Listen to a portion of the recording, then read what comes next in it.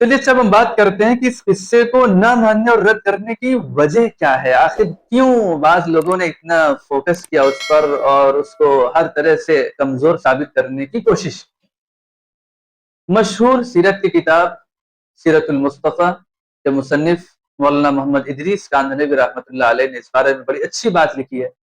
مصنف موصوف نے مولانا محمد ادریس کاندھلوی رحمۃ اللہ علیہ نے، علامہ شبلی رحمۃ اللہ علیہ نے جو باتیں لکھی ہیں ان پر تبصرہ کیا ہے اور بڑا اچھا تبصرہ ہے۔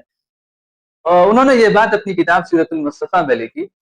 کہ مستشرقین نے اس قصے کو لے کر یہ بات اٹھائی کہ حضور اکرم صلی اللہ علیہ وسلم نے جو نبوت کی باتیں بعد میں پیش کی، جو حکمت کی باتیں پیش کی، جو قرآن پیش کیا، جو دین پیش کیا، جو ثقافت پیش کی، جو علوم پیش کیے، یہ سب کے سب آپ نے اسی بحیرہ راہب سے سیکھ کر پیش کی ہیں، آپ نے اسی سے یہ تعلیمات حاصل کر لی۔ تو اب بعض لوگ اتنا زیادہ ان مستشرقین اور عیسائی مورخین سے مرعوب ہو گئے کہ انہوں نے کہا اس روایت کا انکار کر دیا جائے، لہذا اس طرح کے اشکالات اور شبہات کی کوئی جگہ ہی نہ رہ جائے۔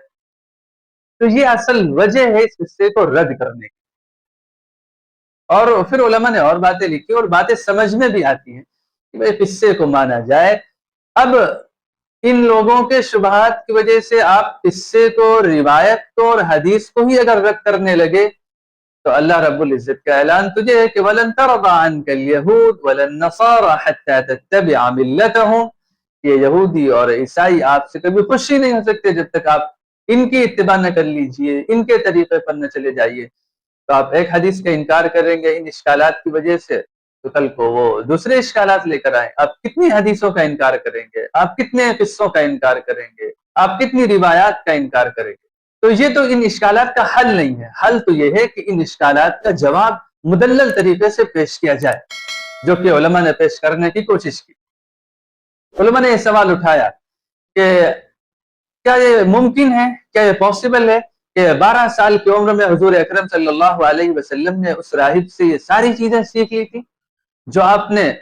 اس طرح سے بیان فرمائی کہ دنیا ان کے سامنے حیران اور دنگ ہے؟ کیا اس 12 سال کی عمر میں آپ نے اس سے یہ پورا نظام زندگی سیکھ لیا تھا جس پر آج کروڑوں انسان چل رہے ہیں؟ اور پھر آپ کی جو اس سے ملاقات تھی وہ صرف ایک بار ہوئی، کیا اور اس ایک بار کی ملاقات میں بھی کچھ وقت کے لیے ہوئی؟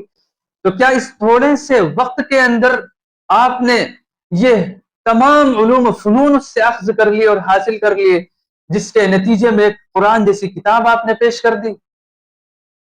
نہیں ہو سکتا نا۔ ایک انسانی حیثیت سے آپ غور کیجئے تو 12 سال کا بچہ کیا کچھ سیکھے گا وہاں پر جا کے، تھوڑے سے وقت میں کتنے علوم و فنون وہ اخذ کر لے گا۔